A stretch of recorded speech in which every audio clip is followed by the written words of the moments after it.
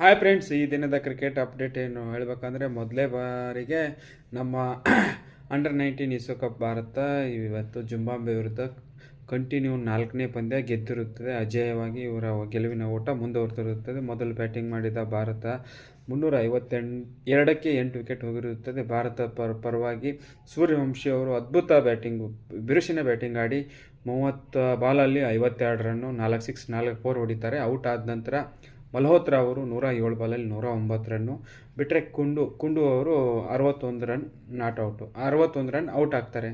ಇನ್ನು ಬಾಲಿಂಗ್ ಜಿಂಬಾಬ್ವೆದವರು ಬಾಲಿಂಗಲ್ಲಿ ಏನು ಅಂತ ಹೇಳ್ಕೊಳ್ಳುವಂಥ ಸತ್ವ ಇರಲಿಲ್ಲ. ಜಿಂಬಾಬ್ವೆದವರು 148ಕ್ಕೆ ಆಲ್ಔಟ್ ಆಗ್ತಾರೆ. ಭಾರತದ ಕ್ಯಾಪ್ಟನ್ ಆಯುಷ್ ಮಾತ್ರೆ 3 ವಿಕೆಟು, ಉದವನ್ 3 ವಿಕೆಟು. ಹೀಗಾಗಿ ಭಾರತ ಸುಲಭವಾಗಿ 204 ರನ್ಗಳಿಂದ ಗೆಲುವು ಸಾಧಿಸುತ್ತೆ. ಇನ್ನೊಂದು ಪಂದ್ಯದಲ್ಲಿ ಈ ಸೀರೀಸ್ ಡಿಸೈಡ್ ಮ್ಯಾಚ್ ಕೊಲಂಬೋದಲ್ಲಿ ಇಂಗ್ಲೆಂಡ್ ಮತ್ತು ಶ್ರೀಲಂಕಾ ವಿರುದ್ಧ ಇವತ್ತು ನಡೆದಿರುತ್ತೆ.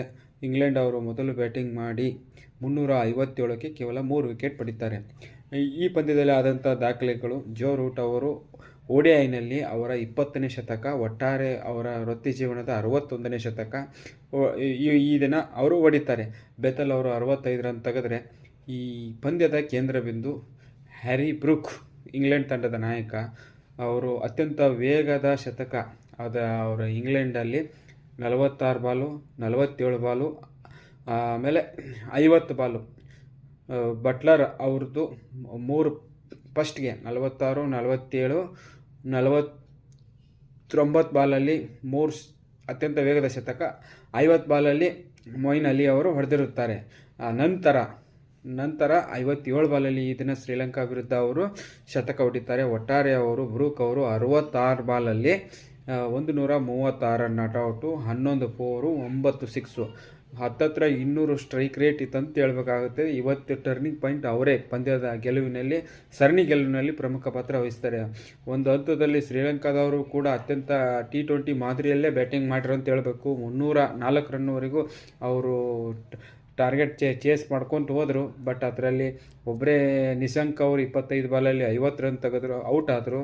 ಬಿಟ್ಟರೆ ಪವನ್ ರತ್ನಾಯಕೆ ಅವರು ಆಡಿದ 5ನೇ ಏಕದಿನ ಪಂದ್ಯದಲ್ಲಿ ಮೆಡನ್ ಸೆಂಚುರಿ ನಾಟ್ಔಟ್ ಉಳಿತಾರೆ.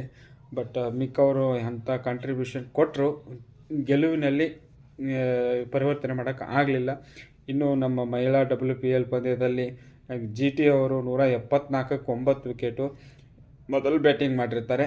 ಅದರಲ್ಲಿ ಮೂನಿ ಅವರು 58, ಅನುಷ್ಕಾ ಶರ್ಮಾ ಅವರು 39. ಬಾಲಿಂಗಲ್ಲಿ ಎಕನಾಮಿಕ್ ಬಾಲರ್